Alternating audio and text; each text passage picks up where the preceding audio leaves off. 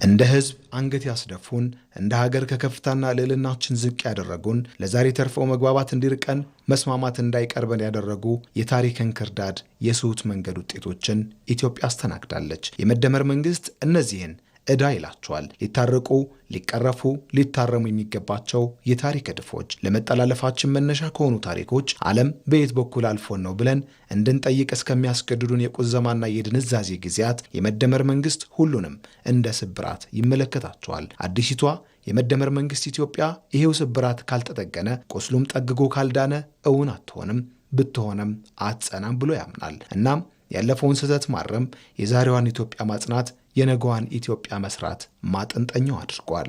መሮቹ ማስተካከል ማስፋትና ማበርከት በሚል ሶስት ፍሬ ነገሮች ታስረው ሊታዩ ይችላሉ።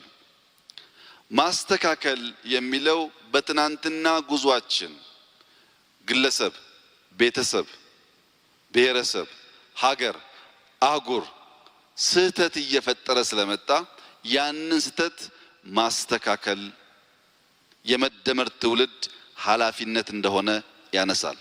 ሁለተኛው ማስፋት ነው። ድሎችን ማስፋት አሉ። ድሎች ኢትዮጵያ ውስጥ አስደናቂ ድሎች አሉ። የሚጠብቅ የሚያሰፋ መሆን አለበት። ሶስተኛው ማበርከት ነው። አሻራን በወርቅ የሚጽፍ ነው። ማሰሪያው ነገር ከተናጠል እውነት ወደ ወል እውነት የሚሸጋገር ትውልድ መሆን አለበት። እነዚህ ስብራቶች መንገዳችንን ባልዘጉ የታቀፍነው ተፈጥሮ ከኛ ተርፎ ጎረቤት ባጠገበ ነበር። ሰላማችን ዓለምን አስቀንቶ መኖርስ እዚያ ባስባለ ነበር። በተመላለስንባቸው ዓለማት ከድህነትና ችግር ልጥፍ በላይ በክብርና ልዕልናችን በተጠራን ነበር።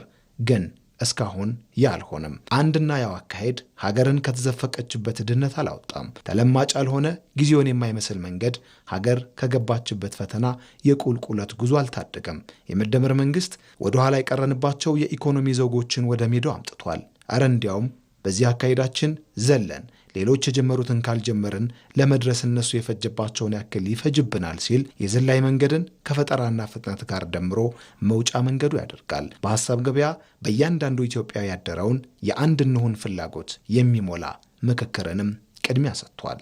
አሁን ይሄ መንግስት የሐሳብ ገበያ ወይም የሐሳብ ፖለቲካን ተግባራዊ አድርጎ ወደ ሰላማዊ ባህል ለመሸጋገር ሶስት ተግባራት እያከናወነ ነው የሚላለው።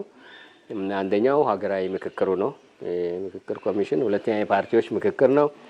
ሶስተኛ የህዝብ መድረኮች ናቸው። ያለፈ ስህተት የዛሬዋን ውድ ሀገር ጠፍንጎ እንደያዘ በውል የተረዳው የመደመር መንግስት ትብታቡን በፖለቲካውም በኢኮኖሚውም በማህበራዊም የህይወት መስክ የሀገር መልክ የመፍታት ጉዞው ሀገር ከወዲሁ የት እንደምትደርስ ያመላከተ ነው። በፈተና የዘለቀው ትልቅ የስህተት ሰንኮፍ የተነቀለለት ህዳሴ ለዚህ ምስክር ነው። ያለ ዜጋው አብሮነት ያለ ሀገሬው ፊት አውራሪነት ግን ውጤቱ የሚታሰብ አይደለም።